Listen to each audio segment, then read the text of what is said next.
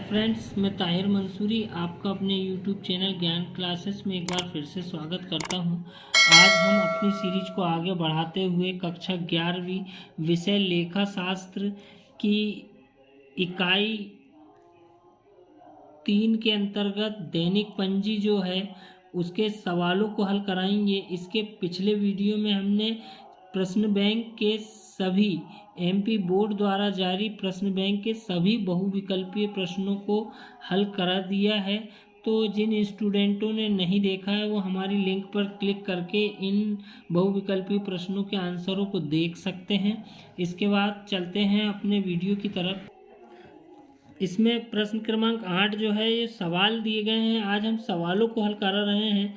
तो मोहन का खाता तैयार कीजिए। प्रारंभिक शेष 6300 जमा शेष है। जमा शेष का मतलब क्रेडिट शेष होता है। उसके बाद जनवरी 10 1 तारीख को उन्होंने भुगतान किया 4300 रुपये। जनवरी 8 उनसे उधार माल खरीदा 3000 रुपये।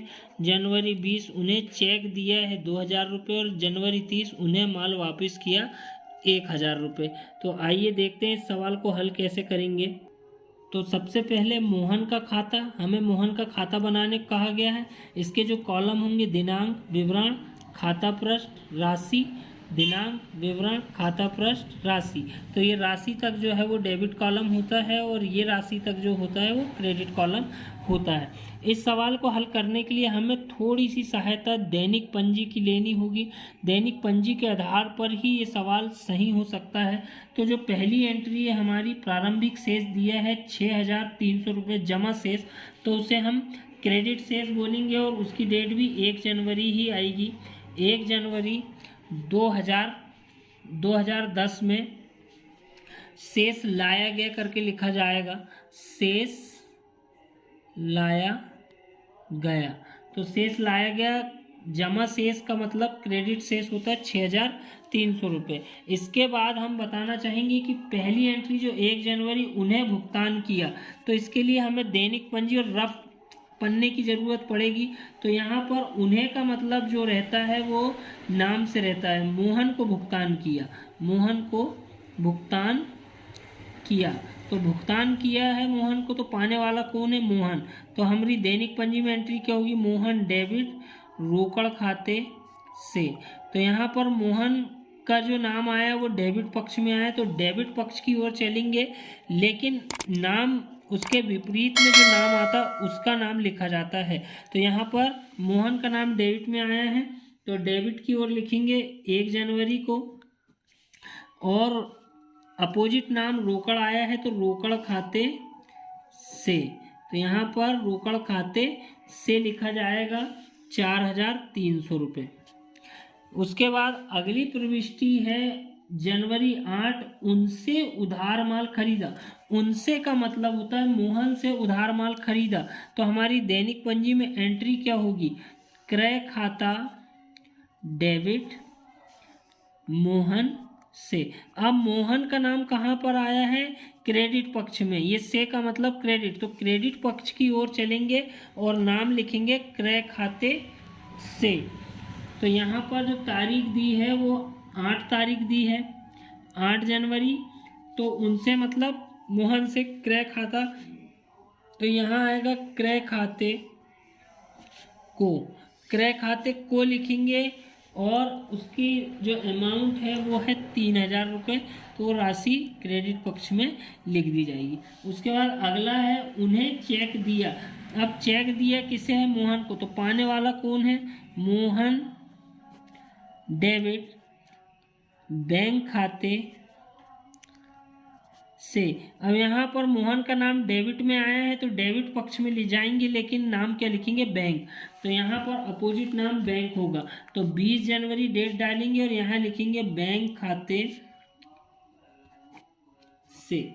तो कितने की अमाउंट है? 2000 रुपये की, तो यहाँ 2000 रुपये अमाउंट लिख दी जाएगी। उसके बाद 30 जनवरी उन्हें माल वापस किया, मतलब मोहन को माल वापस किया है। तो पाने वाला कौन होता है? मोहन। तो मोहन डेबिट हो जाएगा क्रय वापसी खाते से, क्रय वापसी खाते से। तो यहाँ पर क्रय वापसी, मोहन का नाम डेबिट में आया, डेबिट पक्ष में जाएंगे लेकिन नाम लिखेंगे क्रय वापसी से। तो यहाँ जो डेट दी है वो 30 जनवरी की दी है। क्रय वापसी खाते से अमाउंट कितनी आएगी, 1000 रुपये। इसके बाद इसमें कोई एंट्री नहीं है, तो इसमें अब हम टोटल लगाएंगे कि किस पक्ष का योग ज़्यादा है। तो यहाँ का योग जो है 6 और 3 9300 रुपये, यहाँ का योग ज़्यादा है 9300, तो इसे लिख देंगे। 4 और 2 6, 6 और 1 7, 7300 रुपये घटा दिया जाएगा। तो 30 जनवरी के बाद अंतिम डेट क्या आती है महीने की, 31 जनवरी। तो 31 जनवरी को हम शेष ले गया, शेष ले गया लिखेंगे। यहाँ शेष लाया गया होता है और इधर शेष ले गया जो अंतिम में अमाउंट होती है। तो यहाँ घटाने के बाद जो शेष बचेगा वो आएगा 2000 रुपये।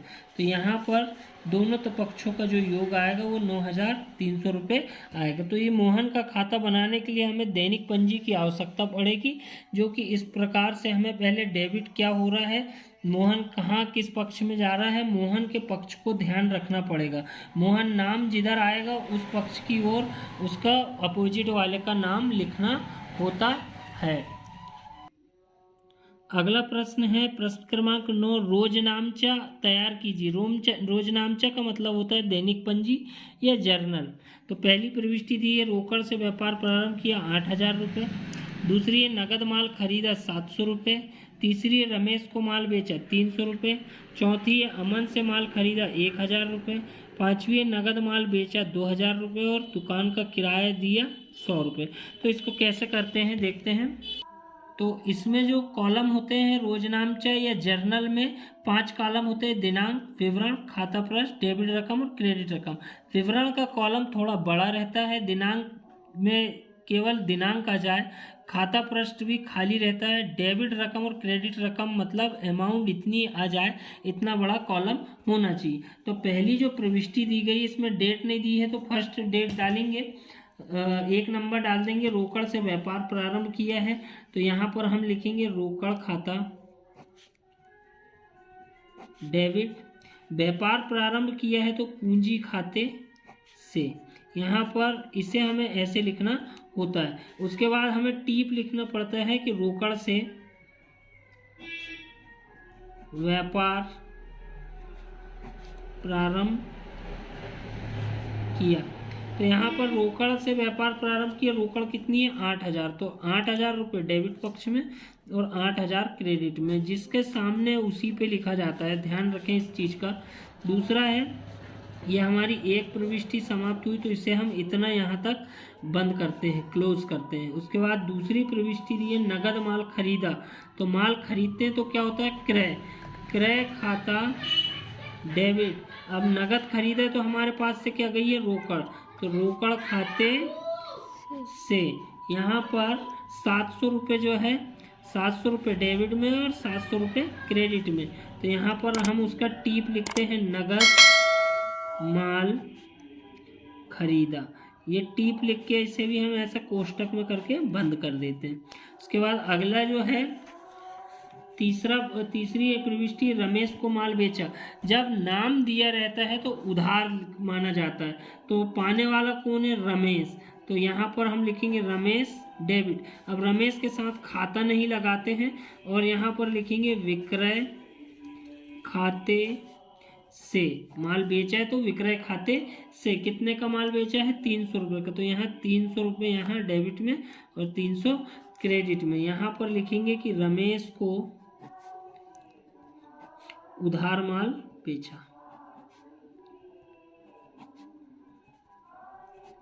इसके बाद हमारी ये तीसरी एंट्री भी यहाँ पर कंप्लीट। इसके बाद अगली जो एंट्री है वो चौथी है, अमन से माल खरीदा। नाम दिया है मतलब उधार खरीदा गया है, तो माल खरीदा है तो क्या लिखा जाता है क्रय खाता डेबिट अमन से।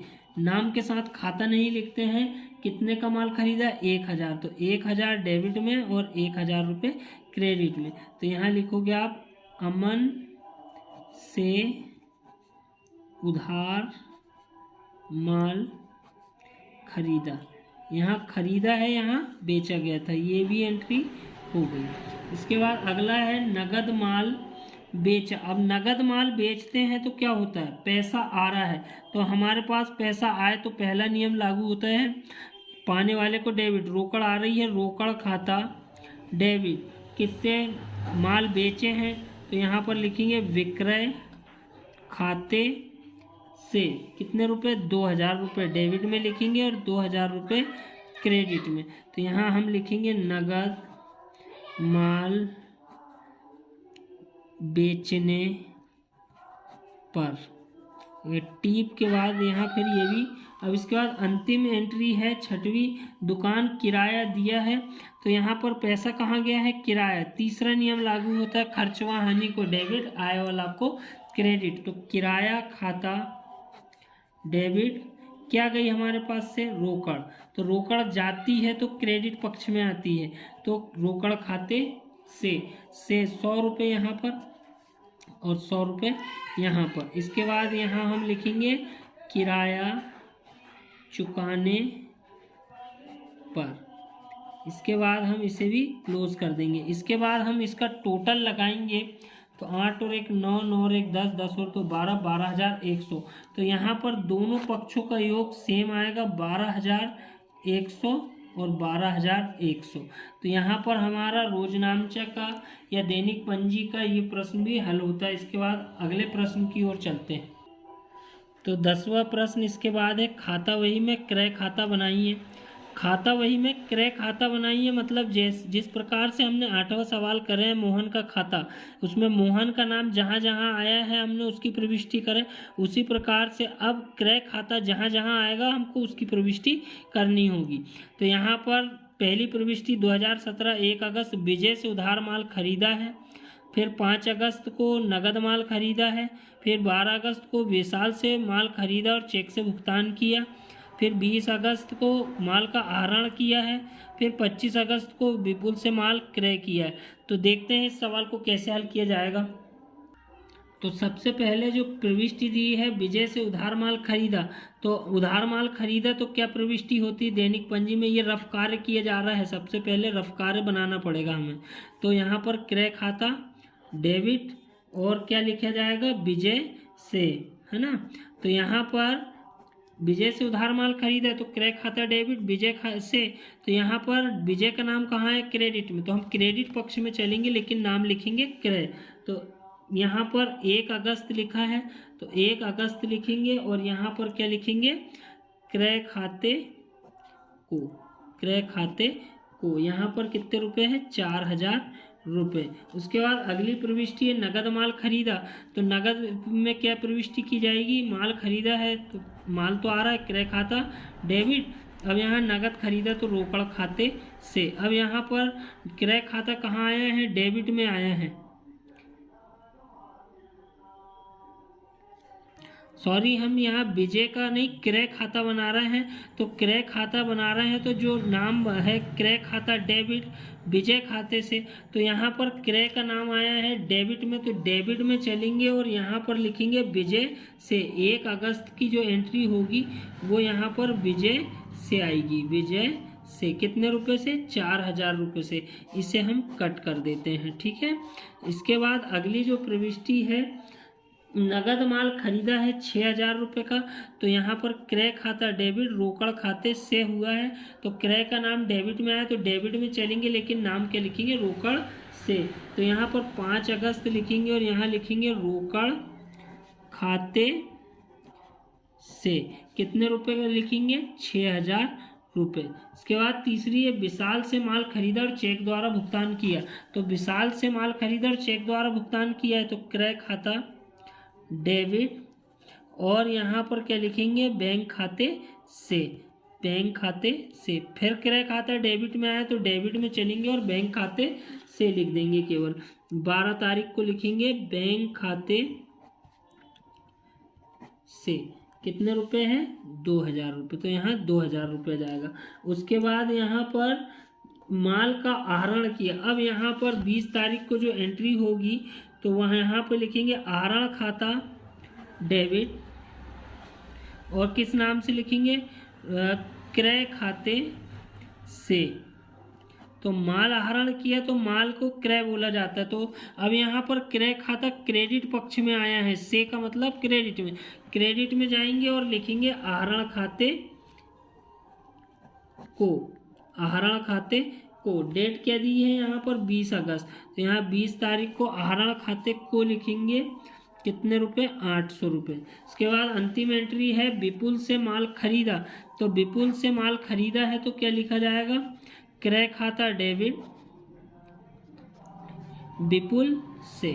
तो यहाँ पर क्रय खाता डेबिट, तो डेबिट पक्ष में जाएंगे लेकिन नाम लिखेंगे विपुल से। तो 25 तारीख को जो एंट्री होगी वो आएगी विपुल से।